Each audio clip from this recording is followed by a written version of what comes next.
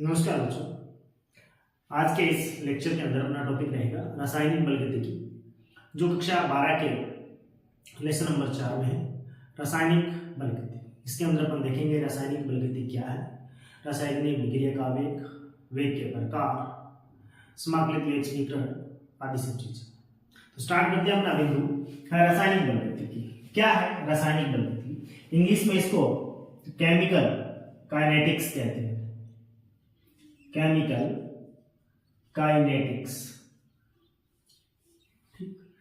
रसायन विज्ञान की यह वह शाखा है जिसके अंदर हम किसी रासायनिक विक्रिया के वेग और वेग को प्रभावित करने वाले कारक आदि का अध्ययन करते हैं। तो यदि इसकी डेफिनेशन दें तो अपन लिख सकते हैं रसायन विज्ञान की वह शाखा, रसायन विज्ञान की वह शाखा जिसमें किसी रासायनिक अभिक्रिया के वेग, रासायनिक अभिक्रिया के वेग तथा अभिक्रिया की क्रियाविधि व वेग को प्रभावित करने वाले कारकों का अध्ययन किया जाता है। करने वाले कारक, अभिक्रिया के वेग को प्रभावित करने वाले कारकों का अध्ययन किया जाता है,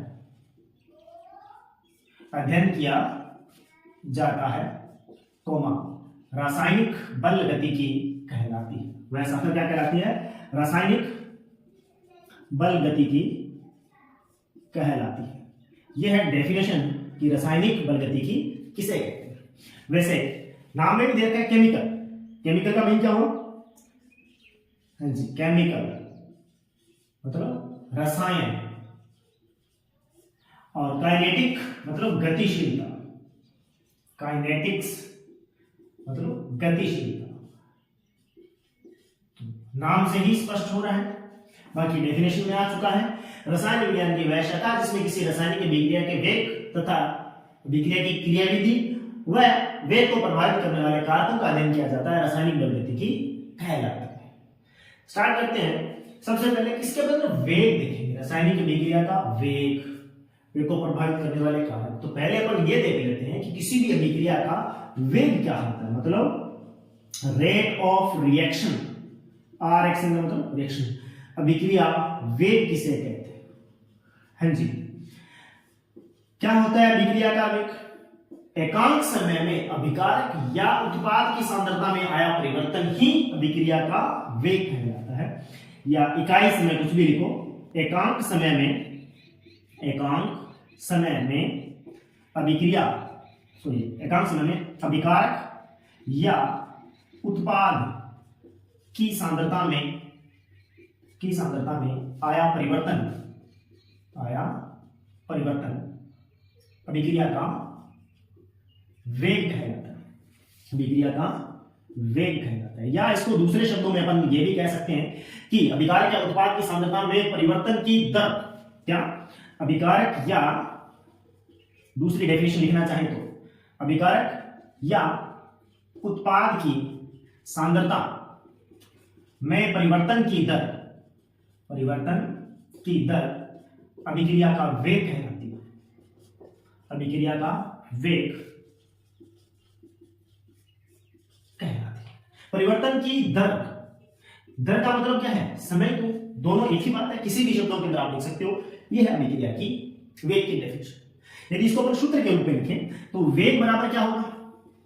अभिकारक या उत्पाद की सांद्रता में परिवर्तन बटा परिवर्तन में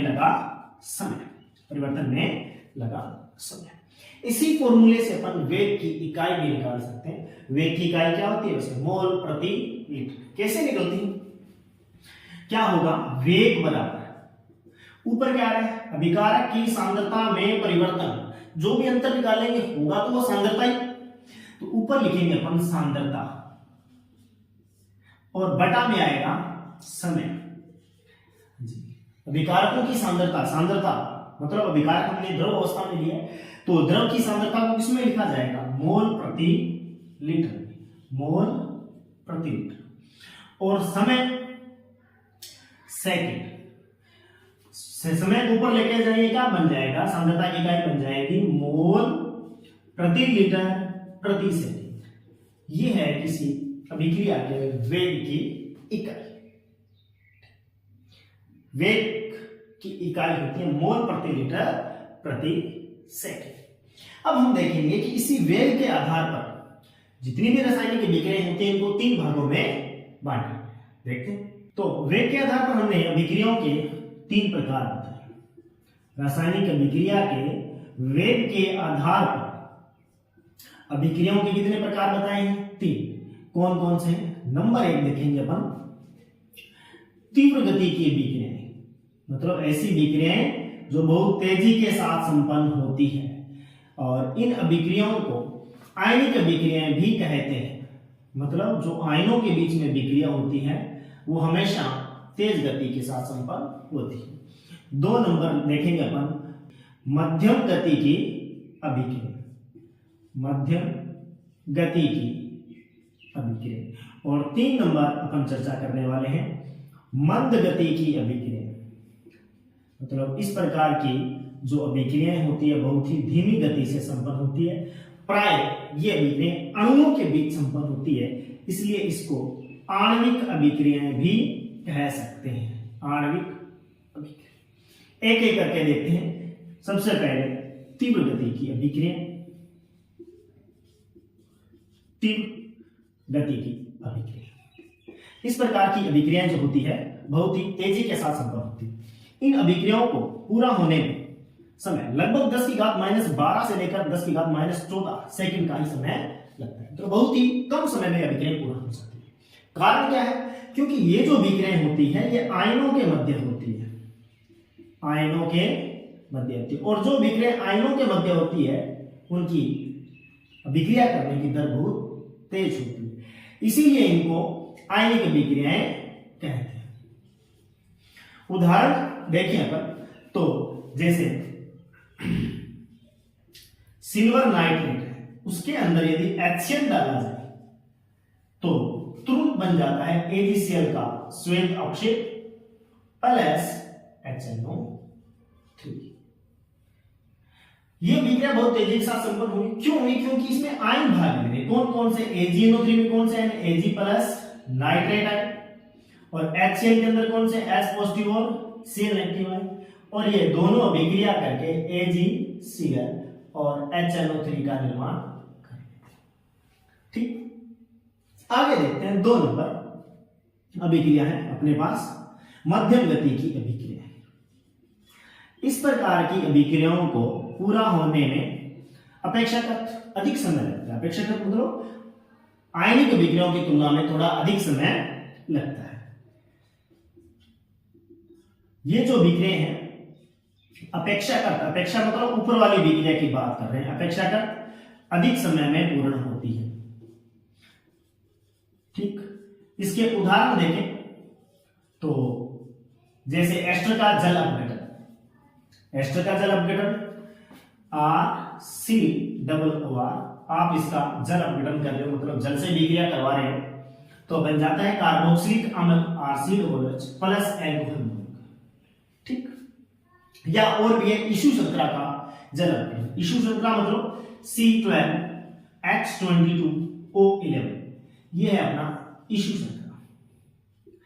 जब इसका जल अपघटन करवाया जाता है तो ये अभिक्रिया कुछ एक मिनटों में पूरी होती है।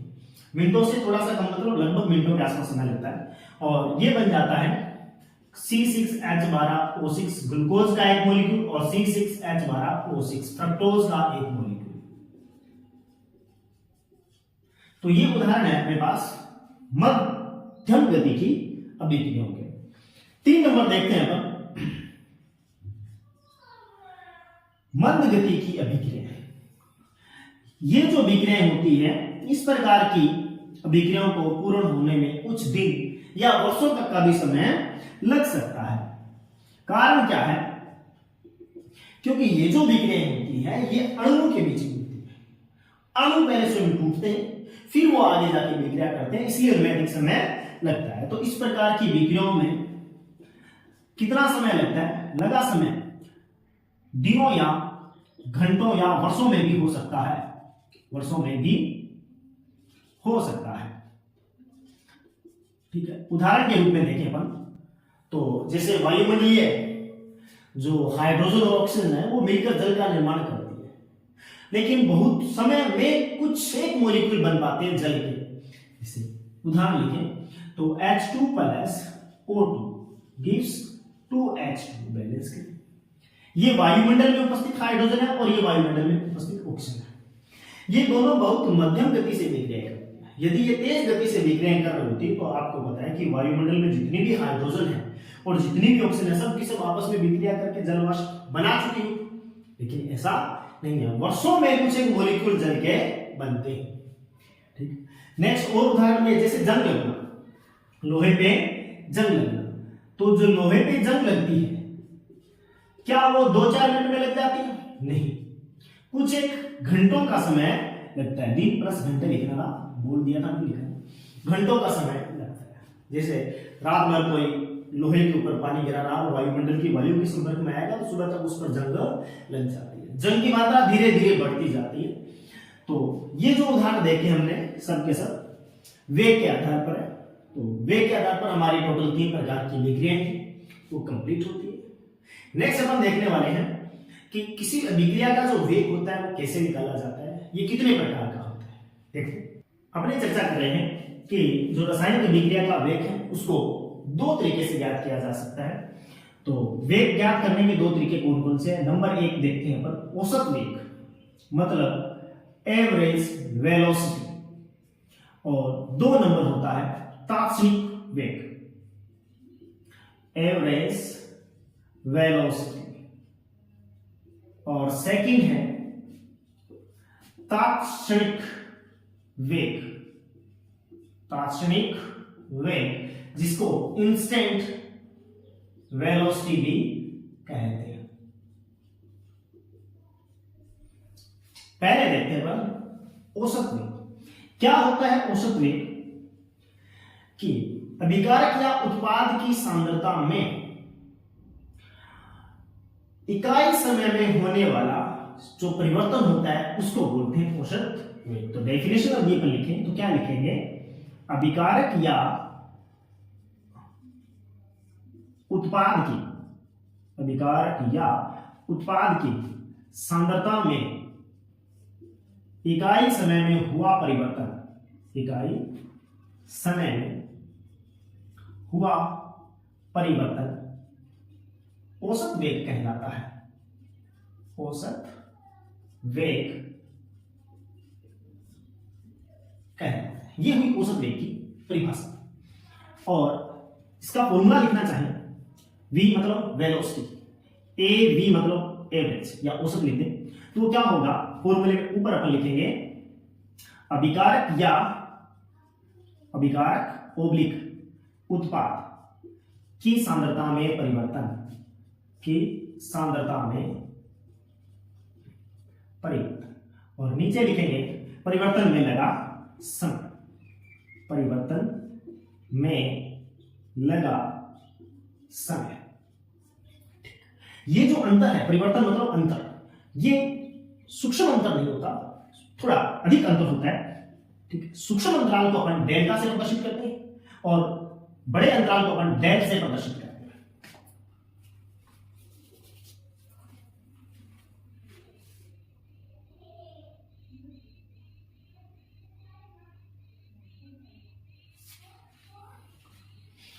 ये जो अंतर होता है, सांद्रता में जो परिवर्तन है या सांद्रता में जो होता है, उसको कैसे डिनोट, कैसे प्रदर्शित किया जाता है? याद रखना, यदि अंतर बहुत ज्यादा सूक्ष्म हो तो डेल चिन्ह का प्रयोग किया जाता है, और सूक्ष्म से थोड़ा अधिक हो तो उस समय डेल्टा चिन्ह का प्रयोग किया जाता है। ये दोनों अंतराल को या अंतर को बताने वाले सिंबल। तो ये जो औसत वेग होता है इसमें तो अभिकारकों की सांद्रता में या उत्पाद की सांद्रता में जो परिवर्तन होता है वो सूक्ष्म में अंतर कुछ अधिक होता है। इसलिए जो सांद्रता में अंतराल है उसको C4, सांद्रता में कंसंट्रेशन अंतर डेल्टा C अपॉन समय अंतराल डेल्टा प्लस और माइनस। ये क्या है? प्लस और माइनस क्यों आया? ठीक है, इसको बताने की जरूरत नहीं रहेगी शायद। अभिकारक की सांद्रता में अंतर निकाला तो आप पहले क्या लिखोगे? सांद्रता में अंतर डेल C निकालना, तो अभिकारक की अंतिम सांद्रता माइनस प्रारंभिक सांद्रता। कोई भी जब अंतराल निकाला जाता है तो फाइनल कंडीशन में से जो प्राइमरी कंडीशन होती है, प्रीलिमिनरी कंडीशन होती है, उसको माइनस किया जाता है। तो आप अभिकारक की सांद्रता में परिवर्तन निकाल रहे हो तो अभिकारक की अंतिम सांद्रता माइनस प्रारंभिक सांद्रता। यदि आप उत्पाद के लिए बात कर रहे हो तो उत्पाद की अंतिम सांद्रता माइनस उत्पाद की प्रारंभिक सांद्रता, यही रहेगा अंतर निकालने का तरीका। तो ये अपना डेल सी। मैंने कभी प्लस लिखा माइनस, मतलब प्लस भी आ सकता है माइनस भी आ सकता है। कैसे? यदि आप सांद्रता में जो अंतर है अभिकारक के पदों में निकाल रहे हो, अभिकारक की प्रारंभिक सांद्रता और अंतिम सांद्रता दे रखी हो, तब आप वेग निकाल रहे हो, तब ये आएगा माइनस डेल सी अपॉन में डेल्टा टी। यदि आप बात कर रहे हो उत्पाद के संदर्भ में, आपको क्वेश्चन में उत्पाद की प्रारंभिक सांद्रता और अंतिम सांद्रता दे रखी हो, तब ये जो एवरेज वेलोसिटी है ये आएगी प्लस डेल सी अपॉन में डेल टी। ऐसा क्यों? सिंपल सी बात, जब आप कोई अभिक्रिया स्टार्ट करते हो, रिएक्टेंट से प्रोडक्ट बनाते हो, तो क्या होता है? अभिकारक की बात करें तो अभिकारक की पहले सांद्रता क्या होती है? ज्यादा। पहले सांद्रता क्या है? ज्यादा। जैसे अभिक्रिया स्टार्ट होती है तो हमारा धीरे धीरे धीरे धीरे अभिकारक किसमें बदलता रहता है? प्रोडक्ट में। तो कुछ समय बाद जो अभिकारक की सांद्रता वो क्या आ जाती है? कम। मतलब अंतिम सांद्रता क्या रहती है आपकी? कम। अब देखो, जब भी आप कम में से ज्यादा अंतर निकालोगे तो अंतिम में से प्रारंभिक सांद्रता ही निकालेंगे। कम में से ज्यादा माइनस करोगे तो आंसर अपने आप क्या आएगा? माइनस में आएगा।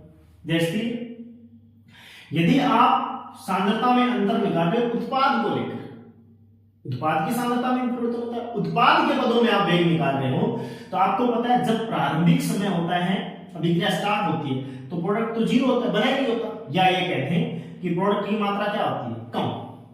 तो प्रारंभिक सांद्रता क्या हुई? कम है। किसकी? उत्पाद। लेकिन जैसे जैसे अभिक्रिया आगे जाती है उत्पाद की मात्रा बढ़ती जाती है, तो अपन कह सकते हैं ना कि अंत में जाकर उत्पाद की जो अंतिम सांद्रता होती है वो पहले की तुलना में क्या हो जाती है? बढ़ती है, मतलब अधिक होती है। तो आप अधिक में से जब कम माइनस करोगे आंसर अपने आप किसमें आएगा? पॉजिटिव। तो ये पॉजिटिव नेगेटिव कोई लॉजिक नहीं है, तो सिंपल अपने को बात पता ही है कि प्लस कैसे आ रहा है, माइनस कैसे। डायरेक्ट याद रखिए, जब अभिकारक के पदों में वेग निकाला जाता है तो ऋणात्मक वेग होता है, और जब उत्पाद के पदों में वेग निकाला जाता है तो धनात्मक वेग होता है। अब आगे अपन अभिक्रिया के वेग के लिए ग्राफ निकालेंगे। तो वेग का ग्राफ बनेगा तो किसके बीच में बनेगा? वेग किस किसके दो के बीच में? सांद्रता और समय। तो जो वेग के लिए ग्राफ निकालेंगे अपन या ग्राफ प्लॉट करेंगे तो कैसे होगा? ग्राफ कह दो या आलेख कह दो। आप किन दो राशियों के बीच आलेख बनाओगे? सांद्रता किसकी? अभिकारक की। यदि आप सांद्रता लेते हो, अभिकारक की सांद्रता इस y एक्सिस पे, और x एक्सिस पे लेते हैं अपन समय, तो आपको पता है अभिकारक की प्रारंभिक सांद्रता क्या होती है? ज्यादा होती है। धीरे धीरे अब आगे बढ़ेंगे, समय बढ़ता जाता है तो सांद्रता में कमी आती जाती है। किसकी? अभिकारक की। आगे बढ़ रहे हैं, सांद्रता धीरे धीरे कम होती जाती है। एक कंडीशन देखो क्या होता है कि ये सांद्रता इस अक्ष के बिल्कुल समांतर हो जाती है, मतलब अब अभिकारक की सांद्रता में परिवर्तन नहीं हो रहा, मतलब अभिक्रिया साम्य अवस्था में पहुंच चुकी है। तो ये जो ग्राफ हमने प्लॉट किया है ये अभिकारक की सांद्रता और समय के बीच में। यदि वो हमसे कहें कि उत्पाद और समय के बीच उत्पाद की सांद्रता, इधर किसकी सांद्रता लें? उत्पाद की सांद्रता, सी मतलब कंसंट्रेशन, और एक्स एक्सिस पे लें अपन समय टी, तो ग्राफ कहां से स्टार्ट होगा? उत्पाद आपको पता है जब अभिक्रिया स्टार्ट होती है तो प्रारंभ में उत्पाद जीरो होता है, लिखा था हमने, प्रारंभ में क्या होता है? जीरो। तो जीरो निर्देशांक से ग्राफ स्टार्ट होगा। यहां जीरो से नहीं स्टार्ट किया, यहां जीरो निर्देशांक से स्टार्ट होगा, और प्रारंभ में अभिक्रिया का वेग अधिक होता है, धीरे धीरे धीरे धीरे धीरे ये भी एक कंडीशन ऐसी आती है कि उत्पाद की सांद्रता नियत हो जाती है। समय बढ़ता जा रहा है लेकिन उत्पाद की सांद्रता नहीं बढ़ रही। आपको याद होगा इन्हें कोई पढ़ा साम्य अवस्था, वह समय जब अभिकारक और उत्पाद की सांद्रता में परिवर्तन नियत हो जाता है वह अवस्था साम्य अवस्था कहलाती है। मतलब इसके बाद साम्य अवस्था स्थापित हो जाता है। यहां हमारे हमने साम्य अवस्था नहीं पढ़ना, लेकिन फिर भी मैंने बता दिया है। बट याद रखें कि औसत वेग का ग्राफ पूछ रहा है हमसे या वेग का ग्राफ पूछ रहा है, अभिकारक के पदों में इस तरीके का बनेगा और उत्पाद के पदों में इस तरीके का बनेगा। अगला अपना बिंदु रहता है कि औसत वेग की गणना कैसे की जाए, औसत वेग निकाला कैसे जाता है। नेक्स्ट बिंदु है अपना औसत वेग की गणना। औसत वेग की गणना। हाँ जी, कैसे की जाएगी गणना? तो हमें क्या दिया होगा कि एक ग्राफ दिया होगा, या वो सीधा क्वेश्चन में क्या दे देगा अपने को, दो अलग अलग सांद्रता दे देगा, और उस सांद्रता पे समय क्या था वो भी दे देगा। मतलब C1 C2 दिया होगा या T1 T2 दिया होगा। या ये भी हो सकता है कि अपने ग्राफ के अंदर दो अलग अलग सांद्रताएं दे रखी हो। मान लो ये वही ग्राफ है, अभिकारक के संदर्भ में बात करें, अभिक्रिया यहां से स्टार्ट हुई है, आगे का यहां जो सांद्रता होगी उसको अपन क्या मान ले, C1।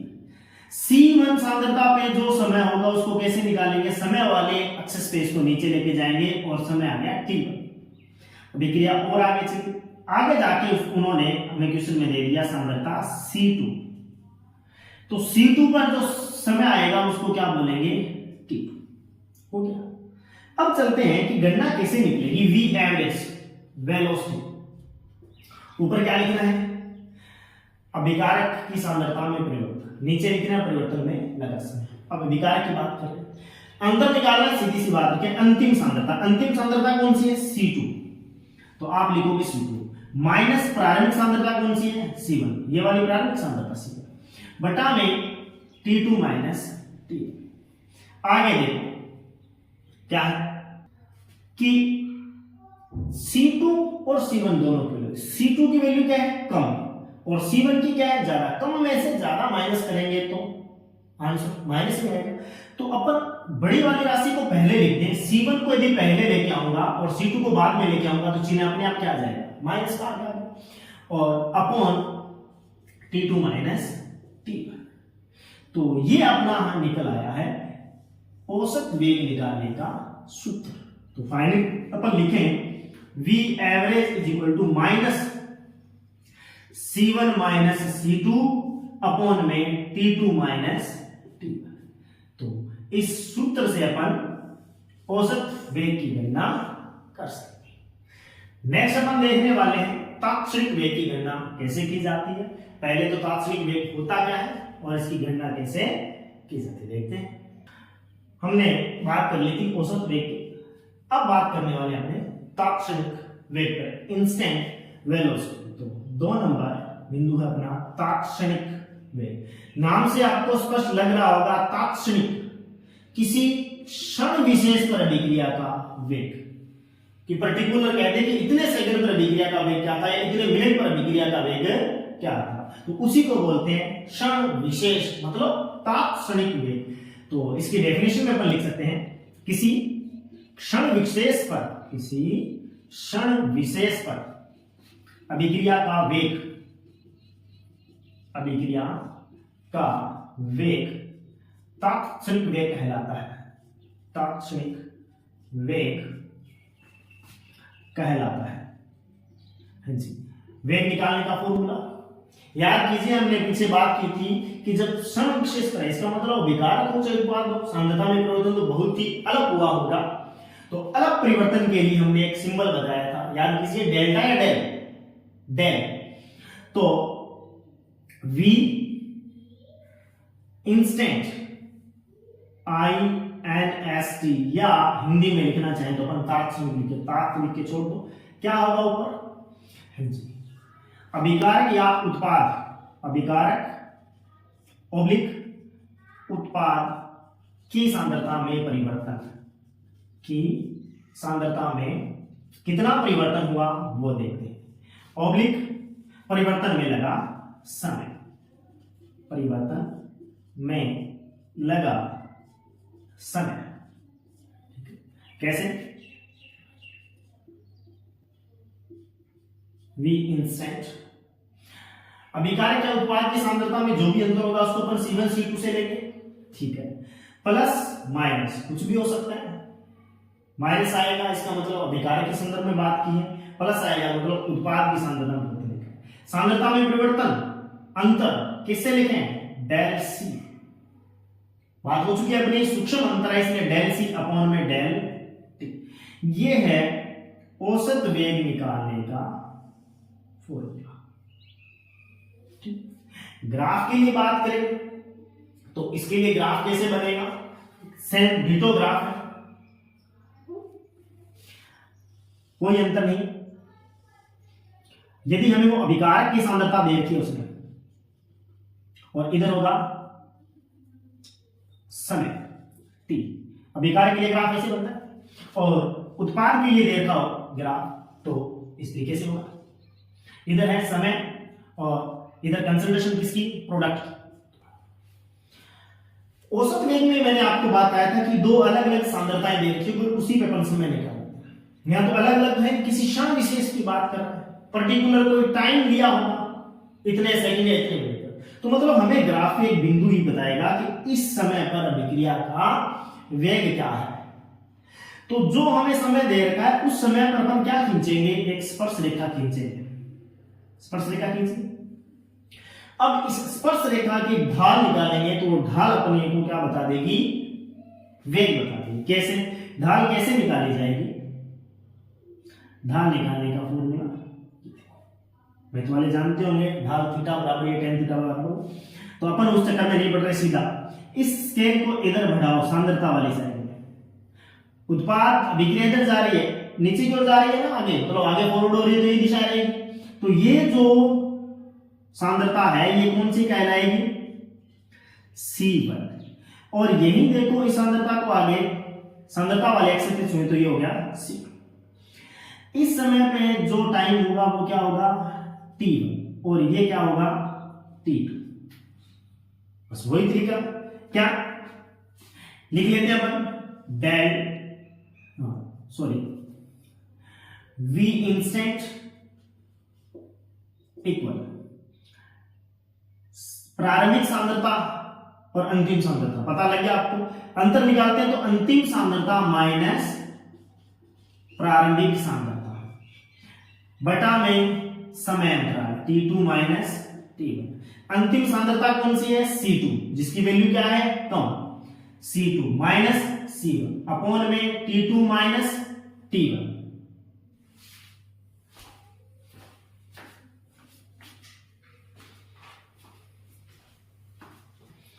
हाँ, अब देखो C2 की वैल्यू कम है, आंसर किस में आएगा, माइनस में। ये राशि छोटी है और ये राशि बड़ी है, तो बड़ी वाली को अपन पहले लिखेंगे, जब इनका क्रम चेंज किया जाएगा तो आपको पता है पहले अब क्या आ जाएगा, माइनस आ जाएगा, और ये T2 माइनस T1 ये आ गया। यदि उत्पाद का ग्राफ देके आपसे पूछे कि यहां बताइए अभिक्रिया का वेग क्या है, स्पर्श रेखा खींचेंगे, इस तरफ बढ़ाएंगे, अभिक्रिया ऊपर, ग्राफ ऊपर की ओर बढ़ रहा है, तो यहां बीच अपन जो स्पर्श रेखा खींचेगी उसकी ढाल निकलेगी, ये सांद्रता C1 और अंतिम सांद्रता ये C2। इसी समय C1 पे जो समय होगा वो T1 और C2 सांद्रता पे जो समय होगा वो T2। यहां भी यही अंतर रहेगा, कैसे, उत्पाद के पदों में बता रहे हैं, V इंस्टेंट अंतिम सांद्रता माइनस प्रारंभिक सांद्रता, अंतिम सांद्रता कौन सी है, C1 या C2, ग्राफ इधर जा रहा है, C2 minus C1, T2 minus T1, C2 की वैल्यू ज्यादा है, C1 की वैल्यू कम है, ज्यादा में से कम माइनस करोगे आंसर में आपको पता है अपने आप पॉजिटिव आंसर आएगा, तो ये हो जाएगा del positive C2 minus C1 बटा में T2 माइनस T1। तो ये था हमारा तात्क्षणिक वेग और औसत वेग दोनों के निकालने का हमने फॉर्मूला देख लिया, और कैसे इसको निकाला जाता है। दोनों की इकाई सेम मिलेगी क्योंकि है तो वेग ही, ये भी वेग है ये भी वेग है, इकाई दोनों की समान है, बस निकालने का थोड़ा तरीका अलग है। तो नेक्स्ट अपन चर्चा करने वाले हैं किसी रासायनिक अभिक्रिया के वेग को प्रभावित करने वाले कारक, क्योंकि हमने रासायनिक बलगति की जब परिभाषा लिखी तो उसमें कहा था कि अभिक्रिया के वेग का अध्ययन किया जाता है, तो वेग हमने देख लिया, दो प्रकार का होता है, ऐसे ऐसे निकाला जाता है। फिर आगे लिखा था क्रियाविधि, वो भी अपन देखेंगे कि क्रियाविधि से कैसे रासायनिक बलगति प्रभावित होती है। आएगा अपने बीच में टॉपिक अणुसंख्यता और अभिक्रिया की कोटि। फिर उसके बाद में 3 नंबर में बिंदु वहां लिखा था कि अभिक्रिया को वेग को प्रभावित करने वाले कारकों का अध्ययन इसमें किया जाता है। तो अपन नेक्स्ट 2 नंबर टॉपिक अब चर्चा करने वाले हैं कि किसी रासायनिक अभिक्रिया के वेग को कौन कौन से कारक प्रभावित